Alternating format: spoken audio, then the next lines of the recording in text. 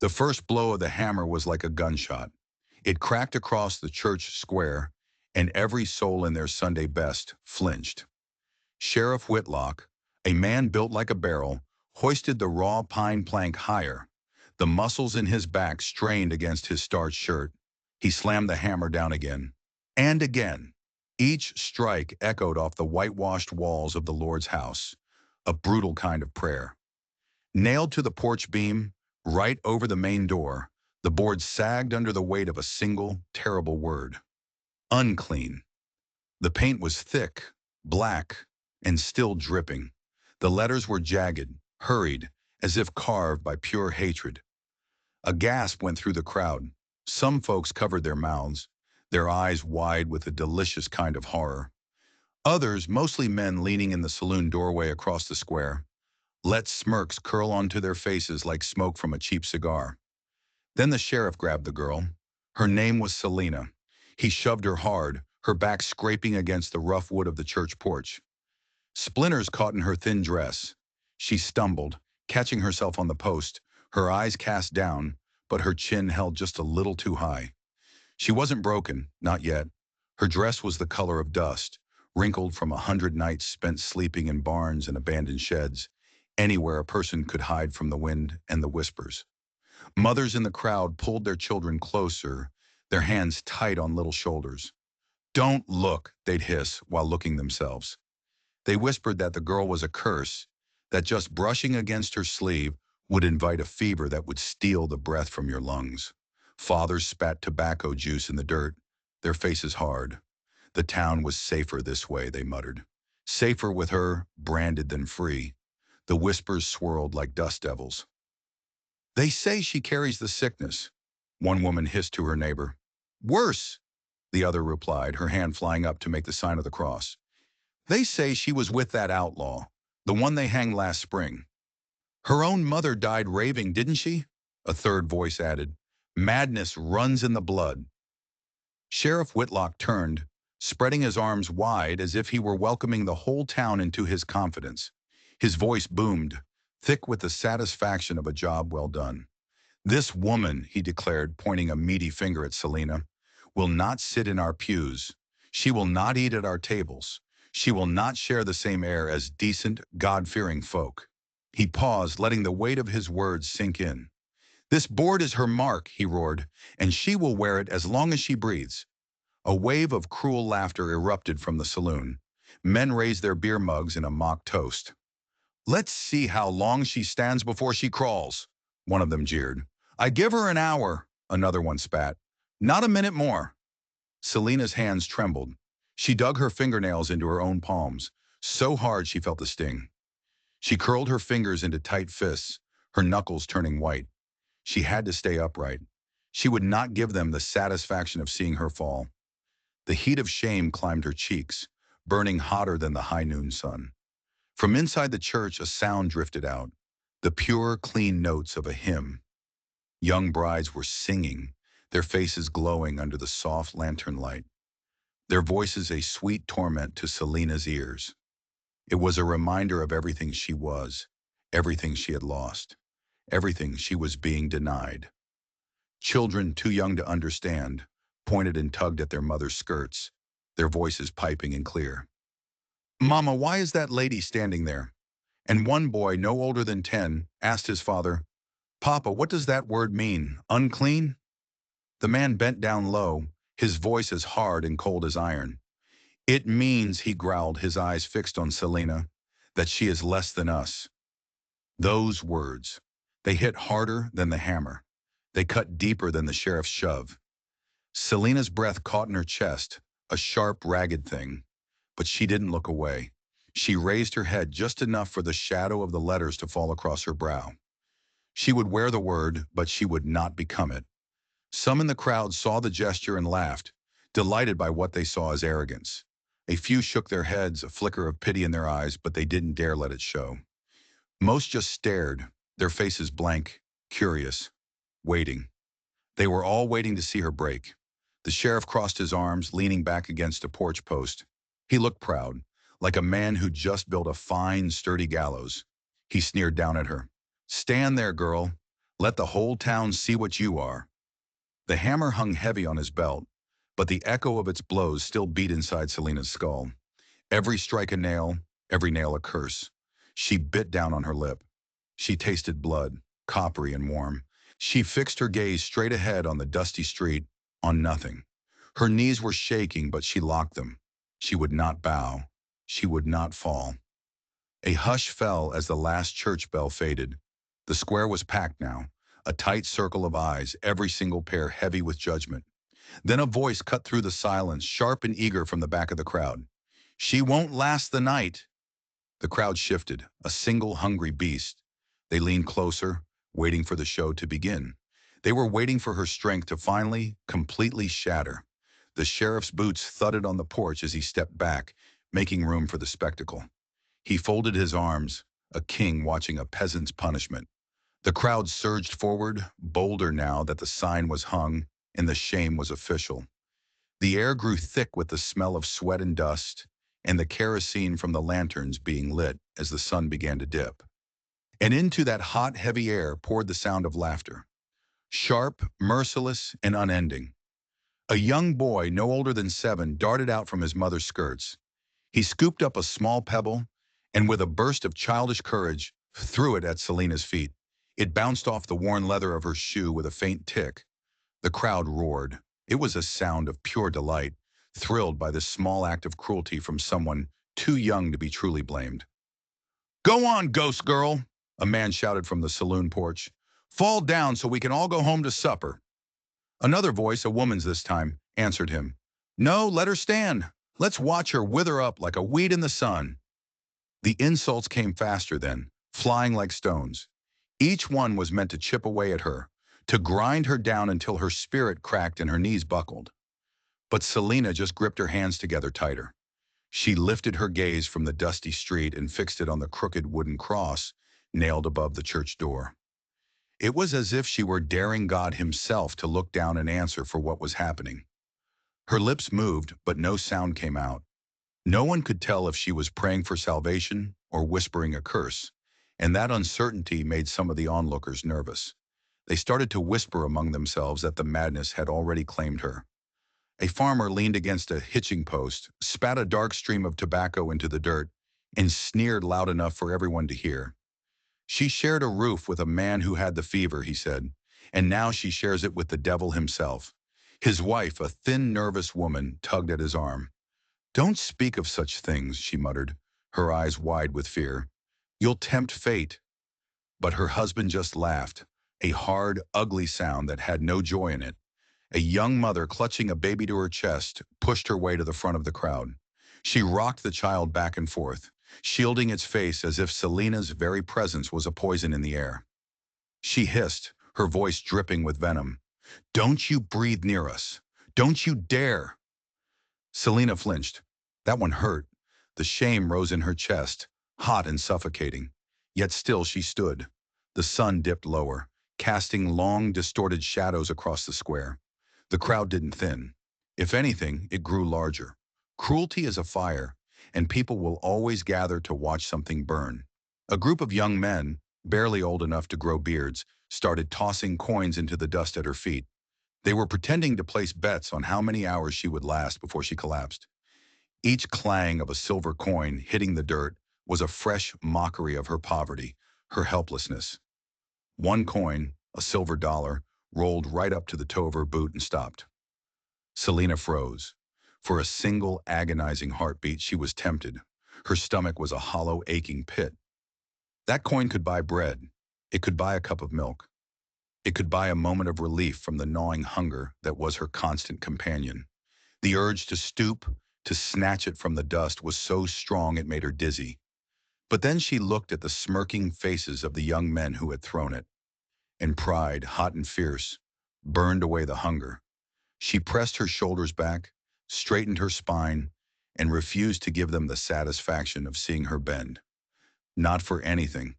A wave of gas went through the crowd at her defiance. It was followed almost immediately by a fresh round of jeers. "Look at her pride!" someone shouted. "Pride is even uncleaner than sickness." The sheriff, who had been watching with amusement, barked out his agreement.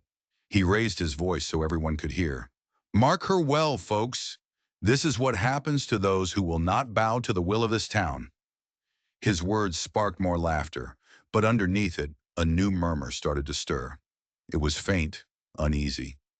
Not all the hearts in that square were made of stone. Some of them were starting to wonder. They were wondering how long a single girl could possibly endure so much hate before it consumed her completely. Still, Selena's knees shook. Still, her hands trembled at her sides. But still, she would not fall. Every breath she took scraped her dry throat, but she kept breathing. The church bell tolled again, calling the righteous to their evening hymns. The sound, solemn and beautiful, drifted out into the square. The young brides from the morning service, their wedding veils still pinned in their hair, walked past on the arms of their new husbands. Their eyes slid over Selena, blank and without pity, but one of them, the youngest, glanced a second too long. A deep blush crept up her neck, and she quickly looked away, ashamed of her own curiosity. A drunkard staggered out of the saloon, his tin mug spilling ale down his front. He pointed a wavering finger at Selena and shouted, his words slurring together. Why just leave her standing there? Let's strip that dusty shawl from her shoulders and see if her pride still holds her up then. The crowd hooted. Some of them cheered him on, their faces alight with a dark excitement. Others turned away, a flicker of disgust in their eyes, but they didn't leave. Selena's heart started to pound so hard she thought her ribs might crack. She secretly reached behind her back and gripped the rough post that held the sign, the splinters digging into her skin, steadying herself. She would not yield. But the drunk lurched closer. His face was a twisted mask of booze and malice. His hand, dirty and calloused, stretched out toward her arm. The people leaned forward, a collective intake of breath. They were hungry for this. They were greedy for the spectacle of a man daring to test her defiance, to see if it could withstand a single, brutal touch. The drunk's hand closed around Selena's arm. His fingers were like iron bands, digging into her thin sleeve with a strength that his stagger had hidden. The crowd erupted with a roar.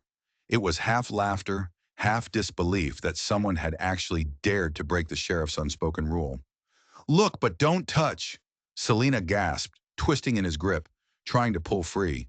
But he held fast. His breath washed over her, a foul mix of cheap whiskey and rotting teeth. His face was so close she could see the tiny broken veins in his flushed cheeks. Let's see if the unclean bleeds like the rest of us, he slurred, and he gave her arm a vicious jerk, pulling her forward, off balance. The crowd pressed in tighter, a wall of eager faces. They wanted to see her dignity torn from her, like a ragged piece of cloth. Children squealed, not with fear, but with excitement. The men cheered.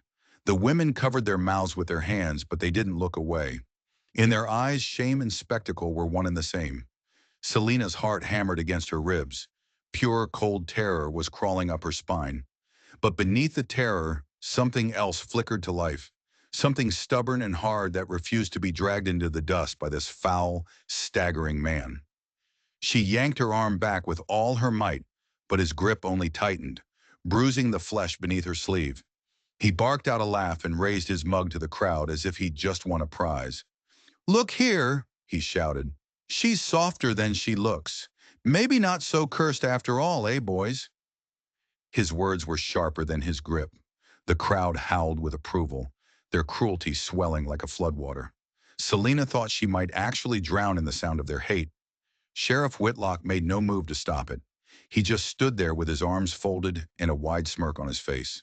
Her public humiliation served his purpose far better than her silent suffering ever could. Desperation clawed at her throat. She used her free hand to grip the post behind her, pressing her back against it until the splinters bit deep into her skin. She was anchoring herself with pain, refusing to let the weight of that word above her head crush her into the ground. Unhand me, she choked out. Her voice was cracked and hoarse, but it was steady enough to cut through the jeers for just a moment. A ripple of surprise went through the crowd. They hadn't expected her to speak. The drunk's grin widened into a leer. Or what? He taunted. You'll put a curse on me. Spit your sickness in my face. He leaned in closer, his foul breath hot on her cheek, daring her, mocking her. The crowd roared with laughter again, louder this time.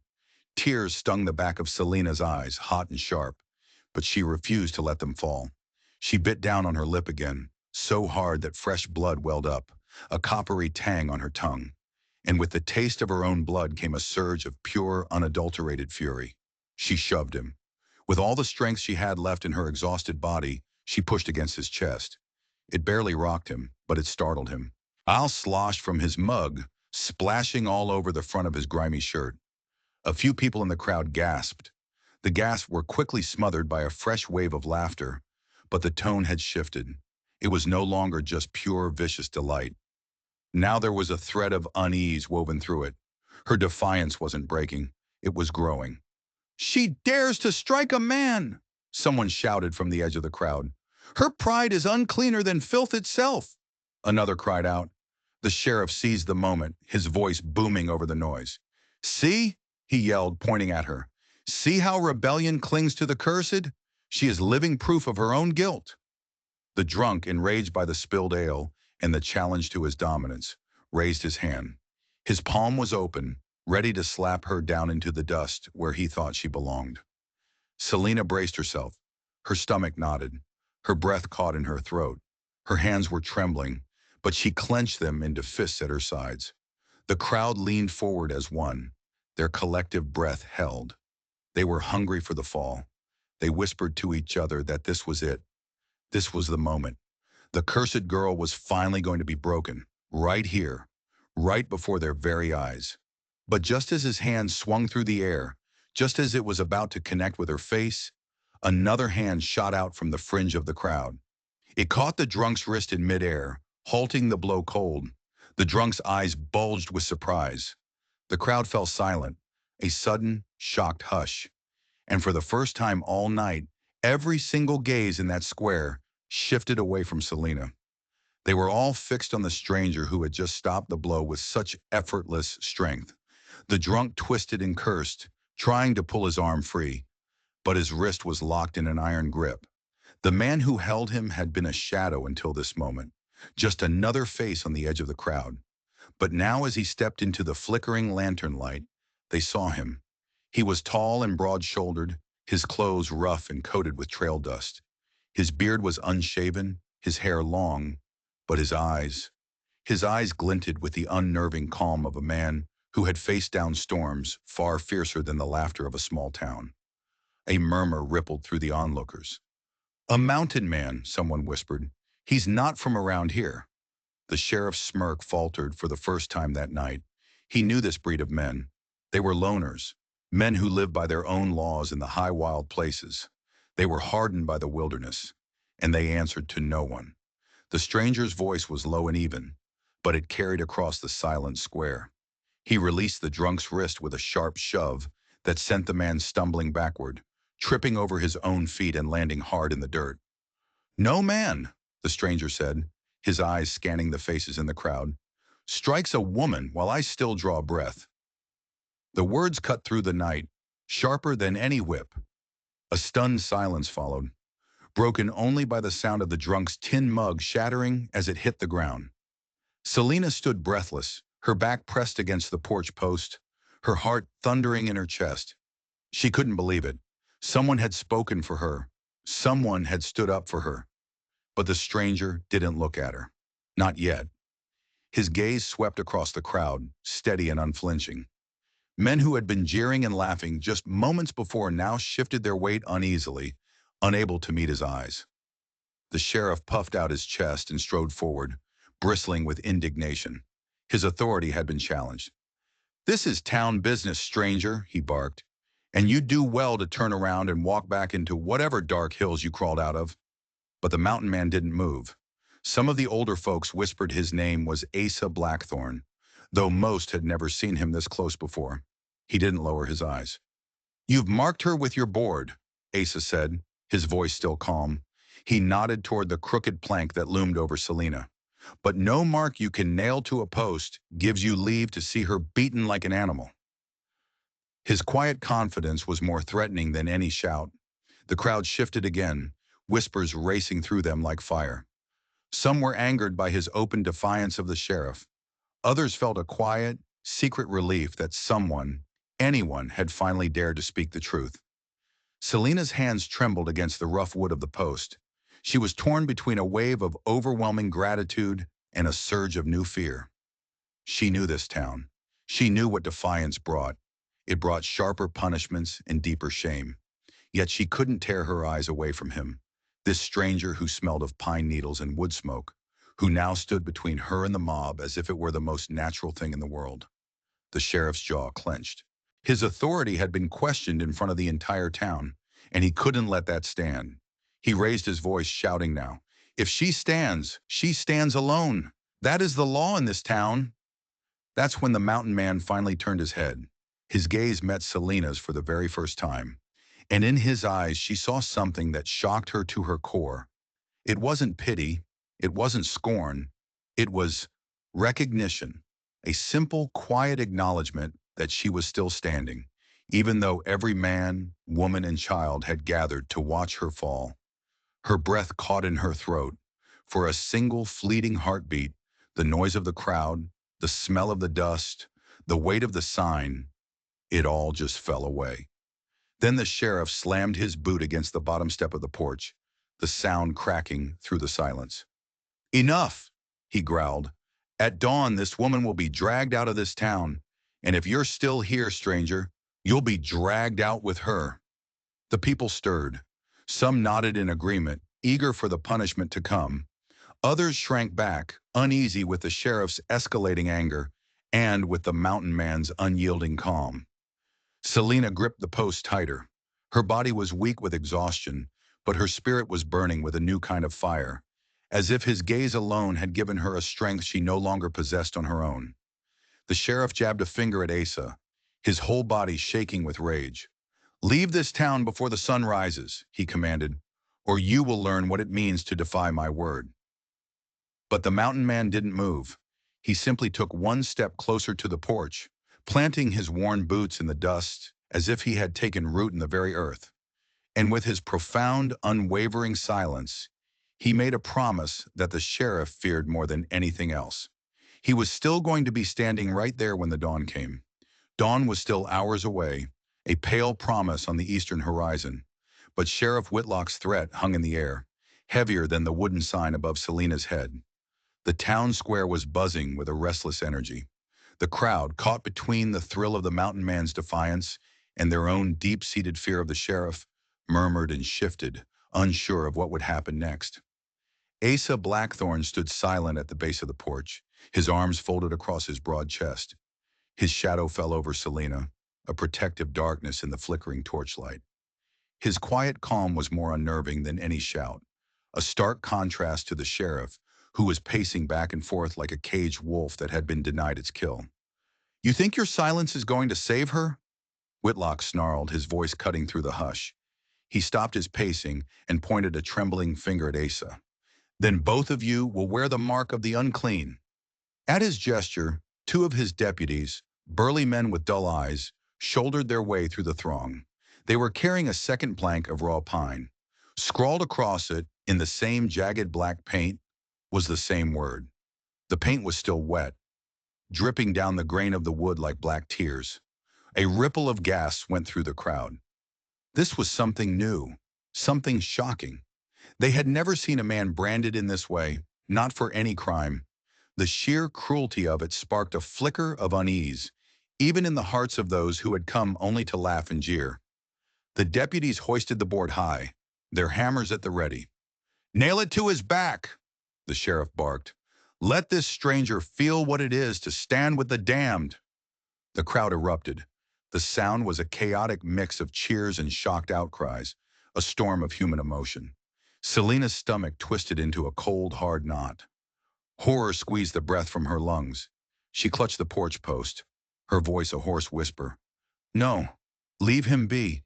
This is my burden to bear." But her words were lost, swallowed up in the chaos. Asa lifted his head slowly. His dark eyes were steady, showing no trace of fear. He spoke at last, his voice deep and even, yet it carried above the din without any effort. "I have carried heavier names than the one you've painted on that board, Sheriff," he said, his gaze locked on Whitlock.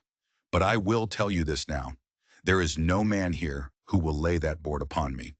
His words struck the crowd like a physical blow. The noise died down for a heartbeat, and then the sheriff's rage flared hotter than ever before. "Then you'll be whipped in her place," Whitlock bellowed. His deputies shifted uncertainly.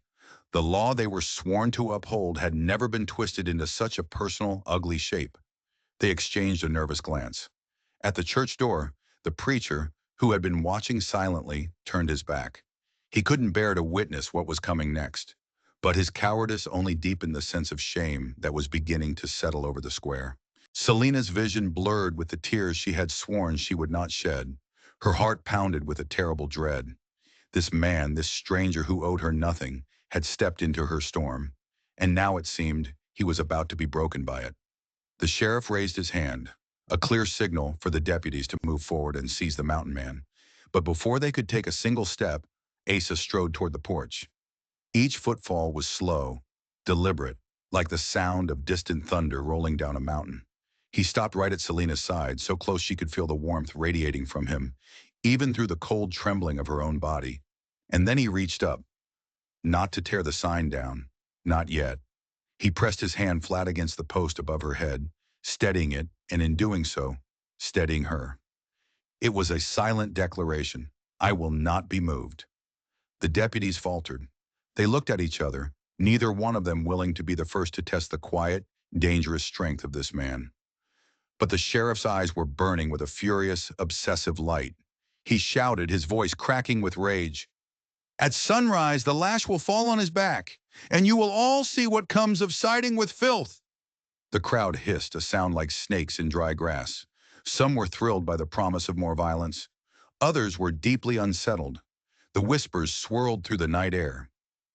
Would the mountain man finally yield? Would the girl finally collapse under the weight of it all? Selena's lips parted, her breath coming in shallow, shaking gasps. For so long she had thought she was utterly alone in her shame. But now in some strange way, her strength was entwined with his. The sign above her head, the word that had been meant to crush her, no longer felt quite so heavy. But as the sheriff turned away, satisfied that his decree had sealed their fate, a new voice rose from the throng. It was sharp and cold, cutting through the air like a knife. "Why wait for the sheriff? The girl's already broken. Let's drag her out now and be done with it." The shout was like a spark landing in dry grass. The crowd ignited. Suddenly, men were surging forward, their voices clashing. Some were demanding that Selena be dragged into the street at once. Others muttered that the sheriff had already spoken, that they should wait for dawn. The press of bodies closed in around the little porch. The air grew hot and foul, stinking of sweat and cheap whiskey. The word unclean loomed over Selena, a brand burned not just onto a piece of wood, but into her very soul. Her chest heaved. Her legs shook violently. For a terrifying moment, she felt herself slipping, the ground tilting beneath her feet as if the sheer weight of their hatred was about to crush her flat. Hands, rough and anonymous, brushed against her sleeves. Unseen fingers tugged at the hem of her skirt. A woman's voice screeched from somewhere in the mob. "Don't let her touch you. She'll carry her filth home to your children." Panic rose in her throat, sharp and suffocating. Selena clawed at the porch post, her fingers digging into the splintered wood until her palms began to bleed. Just as the first hands were about to grab her, Asa Blackthorne stepped forward. His shadow blotted out the torchlight, and his voice thundered, low but clear. "Back away!" The men nearest to him stumbled back, as if they had been shoved by something more than just words. But the sheriff, seeing his authority being usurped, barked out, "Seize her! Let the town see what justice looks like." Two men, braver or perhaps just drunker than the rest, lunged forward. They grasped Selena's arms and she cried out, her voice a raw, piercing sound of terror. But Asa was on them in a blink. His hand clamped down on one man's wrist, twisting it with a quick, brutal efficiency until the bone popped with a sickening crack. The man yelped in pain and staggered back into the crowd, clutching his broken wrist. Gasps of shock ripped through the square. For a heartbeat, a stunned silence fell, broken only by the ugly, shrill laughter of the drunkard from the saloon porch. "See?" he crowed. "He'll fight the whole town for her. Must be she ain't so unclean after all. The taunt turned some of the laughter into angry snarls. Nothing stings a man's pride more than a sharp sliver of truth. Selena's heart pounded as Asa shoved the second man back into the crowd. He stood before her, his shoulders broad, his stance unyielding, a human wall between her and the mob. But she could see the fury mounting in Sheriff Whitlock's eyes. He was losing control, and he knew it. The sheriff raised his hand high and shouted, his voice straining to be heard over the angry mob. At dawn, they will both be dragged through this square. They will be whipped until no man dares to doubt my law ever again. The promise of a whipping hung heavy in the air, but the crowd was still seething.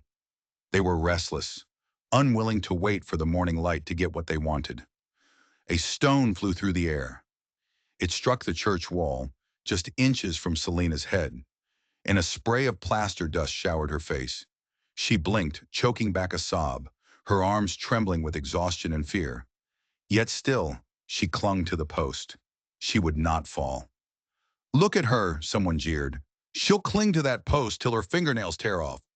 She should be buried with that sign as her headstone, another shouted. Selena's vision began to swim. The faces in the crowd blurred into a single, monstrous entity. Her knees sagged, and for the first time she felt her grip on the post beginning to slip. Her strength was failing. Asa glanced at her, his jaw set like stone. He didn't touch her, but his voice carried to her, steady and low, meant only for her ears. Stand, he said, not for them, for yourself. His words were a lifeline thrown into the chaotic storm of her despair. She drew in a ragged breath that scraped her lungs and forced her spine to straighten. Even though every muscle in her body screamed in protest, the crowd growled, frustrated that she hadn't broken yet. Their hunger for a spectacle was turning into a raw, ugly impatience.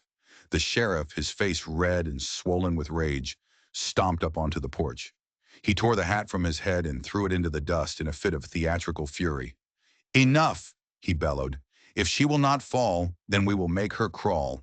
At the last bell, she will be cast out into the street like the animal she is. The people roared their approval. They stomped their boots on the hard-packed earth. They pounded their fists against the hitching posts.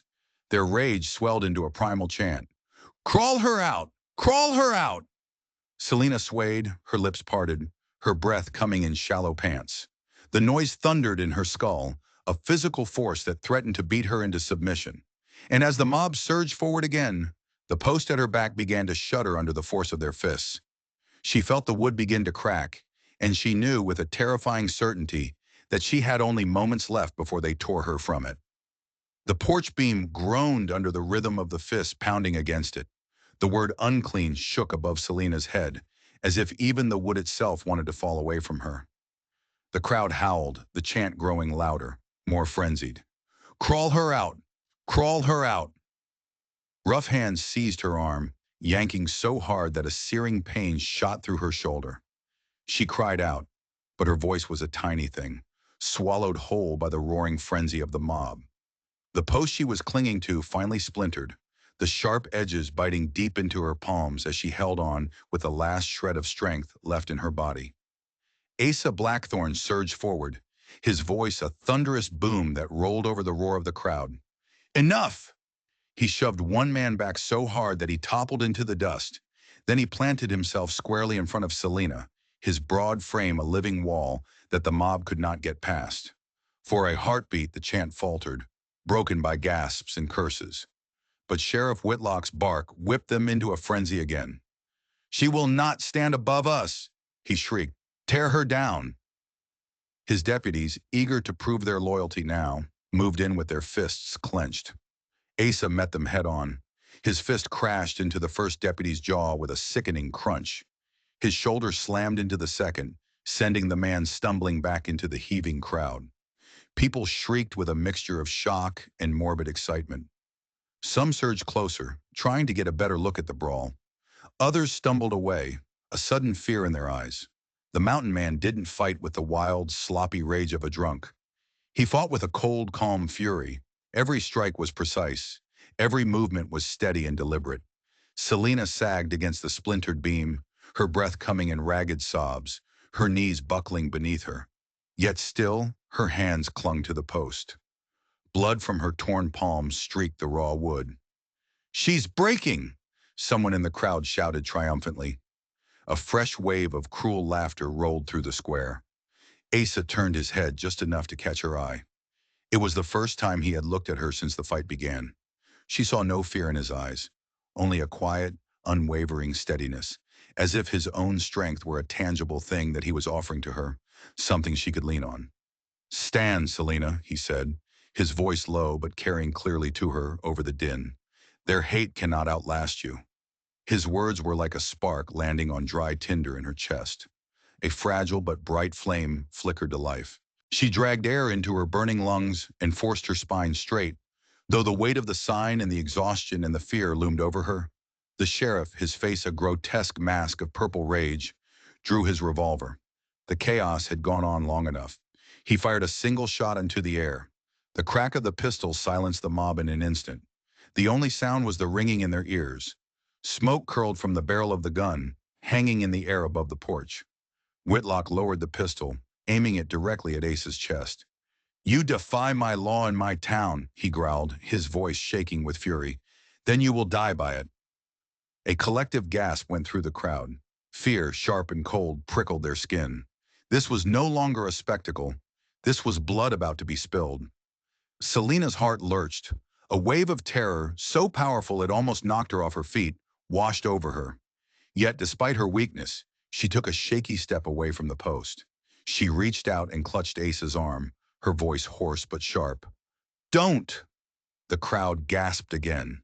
They had not expected this. They had not expected her to move toward the man they despised, let alone to speak in his defense. The sheriff sneered, the sound ugly in the sudden silence. He cocked the hammer of the pistol. His finger tightened on the trigger. "You'd shield him?" he hissed. "Then you'll fall together." The entire square held its breath. Children clutched their mothers' skirts. Men stood tense, their eyes wide with a mixture of dread and anticipation. The barrel of the pistol gleamed in the first gray light of the approaching dawn. And Selena, swaying but unbroken, whispered the words that turned the air in the square colder than the steel of the gun. "Better to fall beside him," she said, her voice trembling but clear, "than to crawl alone beneath you." The hammer of the pistol clicked back. The sound was as sharp and final as a rattlesnake's warning.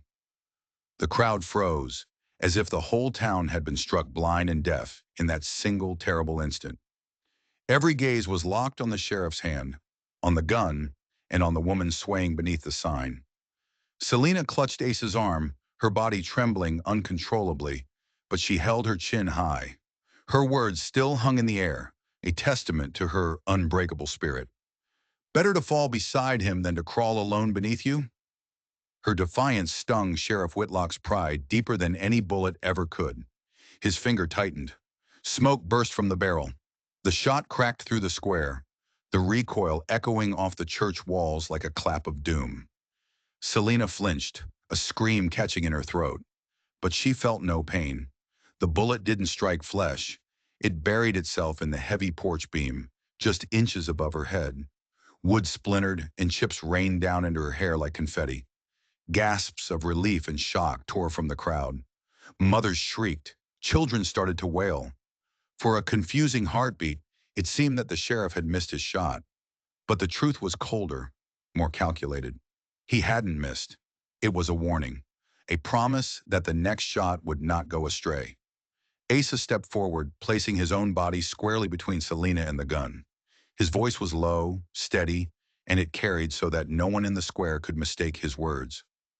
"If you fire that gun again, Sheriff," he said, his eyes like chips of flint, "you will not be breaking her. You will be breaking this town." The quiet authority in his voice rattled the crowd more than the gunshot had. Uneasy murmurs spread like wildfire. Some of the men nodded grimly. Others began to whisper that Whitlock had finally gone too far. The preacher, who had been hiding in the church doorway, at last found a shred of courage. He stepped forward, his face pale and shaking, his voice thin but audible in the tense silence. "Sheriff," he pleaded, "this is the Lord's house. You cannot spill blood on its porch." Whitlock swung his pistol toward the preacher. silencing the man's feeble protest with a glare so venomous it turned the preacher's face as white as chalk. "The Lord leaves the running of this town to me," the sheriff snarled, "and I will not have my law mocked by a filthy girl and a mountain vagrant." He jerked the barrel of the gun back toward Asa, but before his finger could close on the trigger again, a woman's voice rose from the throng, sharp and clear. "She is not unclean, and you know it, Samuel Whitlock." The words struck the square like a second gunshot. Every head turned, searching for the speaker. It was old Mrs. Tanner, a woman as wrinkled and bent as an old apple tree. She clutched a threadbare shawl around her bony shoulders, but her eyes were blazing with a fire that defied her age. She pushed her way through the stunned crowd and stepped forward, pointing a shaking, accusatory finger at the sheriff. "You branded her because she refused you," she cried, her voice ringing with conviction. "You did this to her because she would not be your bride." A wave of gasps and shocked shouts of disbelief rolled through the crowd. The town square was boiling over with a new, shocking revelation. Selina staggered, the truth of the old woman's words slamming into her like a physical blow. The sheriff's face, which had been red with rage, darkened to a deep, ugly purple. "Lies!" he thundered, but his voice cracked on the word. And in that single telling crack, the crowd heard his guilt. Asa's eyes narrowed, his jaw set hard. The storm had shifted. This was no longer just about Selina's shame. Now it was about the sheriff's corruption, laid bare for all to see. The mob swelled, their murmurs turning sharp and angry. The town was dividing right before his eyes between those who still clung to their fear of the law and those who were stirred to outrage by the revelation of the truth. Selina's knees buckled. She clutched Asa's sleeve to keep from falling, but she lifted her eyes and they were burning with a new, fierce fire. Her humiliation hadn't been a decree from God. It hadn't been a curse of fate. It had been nothing more than the petty, vicious spite of one single man. The sheriff, cornered and exposed, roared in desperation. "Enough of this! At sunrise, she hangs! She'll hang with that board around her neck, and this stranger will hang right beside her." He raised the pistol again, his hands shaking with a desperate fury. And as the first golden rays of dawn spilled across the square, the crowd surged, torn between their old obedience and their new outrage. Their voices rose in a chaotic tide of anger, a sound so loud that it threatened to drown out the sheriff's words and sweep them all into a wave of unstoppable violence. The square was a cauldron of chaos. Shouts clashed in the rising light. Half the crowd was still crying for blood, the other half shouting that the sheriff was a liar and a tyrant. Above Selina, the word unclean seemed to tremble, shaken by the storm of voices below. Asa stood unyielding, his frame rooted to the spot like an old oak tree, shielding her as men shoved and cursed, their boots grinding the dust of the church porch into a fine powder. The sheriff, his face slick with sweat, waved his pistol wildly. "Obey me," he barked, his voice cracking. "Obey me, or you'll all hang beside her." But fear was no longer the chain that bound every tongue in that town. A rancher with a weathered face and calloused hands pushed his way to the front. "You branded her because she spurned you, Whitlock," he shouted, his voice rough with anger. "You call that law?" Others murmured their agreement, their faces hardening as the ugly truth sank deeper and deeper into their hearts. Selina clung to the splintered porch post, her body racked with exhaustion, yet her eyes were lit with a fiery defiance. Her humiliation had given birth to a strength she never knew she possessed, and now the entire town was watching it burn. The sheriff, truly cornered now, spat with rage and leveled the pistol directly at Asa's chest. "Then I'll strike the heart of this rebellion right now." The trigger trembled beneath his finger, but before he could fire, something incredible happened. Asa didn't move. He didn't have to. One of the sheriff's own deputies, the one whose jaw was not broken, took a slow step forward. He lowered his own gun, which he had drawn during the chaos, and gave a slight, almost imperceptible shake of his head. It was a small gesture, but its meaning was monumental. The sheriff was alone. Whitlock roared, a sound of pure animalistic rage at the betrayal. He lunged, not for his deputy, but for the gun he had dropped during his earlier struggle with Asa. But the mountain man's boot was already there, pinning the revolver flat against the wooden boards. Asa's cold glare froze the sheriff in mid-reach. The sheriff shrieked, his voice high and thin with panic. "Seize them! Seize them now! I command you!" But his call for aid rang hollow. Only a handful of his staunchest supporters stirred, and even they were torn between their old loyalty and their new fear of the shifting tide. The crowd pressed forward, a great sea of restless, watching eyes. A farmer shouted, "You've ruled this town with fear for long enough, Whitlock." A woman echoed his cry, lifting her small child high in the air. "We will not bow to you anymore." A roar of agreement shook the square, but with it rose a new and terrible danger. Rage is a blind force. The mob pressed too close, their fists raised, some of them clutching stones they had scooped up from the street. They were ready to tear Whitlock apart. But in their frenzy, their fury could just as easily turn on Asa and Selena if all order collapsed. The old porch creaked and groaned beneath the crushing weight of the crowd. The board above them swayed precariously. Dust swirled thick in the air, choking them. Selena's vision blurred. Her body was so weak she could barely remain standing. She leaned against Asa's strong arm and whispered, her voice barely audible, "If they break us, they will only break themselves." His eyes met hers. They were steady, unflinching, and in that silent gaze she drew enough strength to lift her chin one last time. The sheriff, panting for breath, cornered like a trapped beast, screamed, his voice a ragged tear in the morning air. "Then let the fire burn you all." And his hand shot to his belt, to the long hunting knife he always wore. The blade flashed in the morning sun as he lunged. But he didn't lunge at Asa. He lunged at Selena, determined to carve his vengeance into the only flesh he still had any power over. The blade flashed in the golden dawn light. The sheriff's roar of fury tore through the square as he lunged for Selena. But before the cold steel could strike her flesh, Asa moved. His arm snapped out like a striking hawk, catching Whitlock's wrist in a grip of iron. He wrenched it aside with a brutal twist, and the knife clattered harmlessly to the wooden boards. The sheriff staggered back, spitting curses, but the mountain man's fist crashed into his jaw. The sound of the blow, a solid final thud, silenced even the loudest mouths in the square. Sheriff Whitlock's eyes rolled back in his head, and he crumpled to the dust like a felled tree. The crowd gasped, stunned into silence. For a long, breathless heartbeat, no one moved. The word unclean still swayed above Selena's head, a curse that seemed too heavy to ever be lifted. Then Asa bent down. He gripped the fallen board, the one that had been meant for him, and with a great heave, he yanked it free of the nails that held it. The plank splintered with a crack that echoed across the square, louder than the gunshot had been. The painted words were smeared with dust. The people watched, wide-eyed, as he cast it down into the dirt where their disgraced sheriff lay groaning. Selena swayed on her feet, her body nearly spent, her palms raw and bleeding. Asa turned to her. His face was steady, his expression unreadable, and he held out his hand. She hesitated. For a moment, shame and defiance warred within her. But then she looked into his eyes, and she saw what she had seen before. Not pity, not rescue, but recognition, a deep and profound understanding. Slowly, she placed her trembling hand in his, and with a single fluid motion, he lifted her into his arms.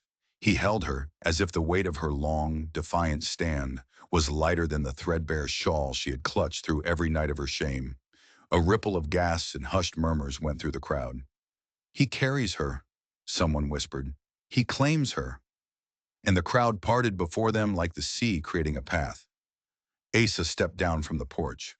With each stride, he ground the broken pieces of the brand, the sheriff's ugly lie, deeper into the dust beneath his boots. Selena pressed her face against his chest. Tears burned her eyes, but they were not tears of weakness or of pain. They were tears of release. The terrible burden she had borne all alone had, at last, been shared. The sun finally broke free of the horizon, and a wave of golden light spilled across the square. And in that warm, clean glow, the word that had been painted to condemn her seemed to vanish, replaced by the image of a woman held high in the arms of a man who had chosen to stand with her, not because of law or money, but because of a simple, undeniable truth. The mob, Their fury drained, their hate extinguished, began to melt away in silence. Some had the grace to look ashamed. Others just stared in awe at the sight of such strength being so gentle. A woman whispered to her husband, "She stood all night long." And her husband answered softly, "And he saw her." The preacher, his face pale and shaken, bowed his head. He couldn't bring himself to meet Selena's gaze. He knew in his heart that his silence had been every bit as cruel as the sheriff's lies. Asa carried her across the square, past the fallen pistol, past the shattered board, past the faces that had spat and jeered and laughed. He did not stop until he reached the far edge of the town, where the dusty road opened wide and led up into the wild green hills. There, with the morning sun burning like a halo behind him, he gently set her back on her feet. He kept his hands on her shoulders, steadying her until he was sure her legs would hold. Selena lifted her head. Her eyes met the gaze of the few townspeople who had followed them to the edge of town. Her body still trembled with exhaustion, but her voice when she spoke was as clear as a bell. "You called me unclean," she said, "but I stood, and when I could no longer stand, he carried me." Her words struck deeper than any blow, and in the silence that followed, the weight of their own truth pressed down upon them all. Asa placed his hand on her shoulder, a gesture of quiet, steady support, and together they turned away from the square, away from the town and its judgment. Their shadows stretched long before them in the rising light, leaving behind a place that would never forget the day the sheriff's board was broken and the girl they had branded walked free. If you enjoyed this story, don't forget to subscribe for more tales of justice from the forgotten corners of the past.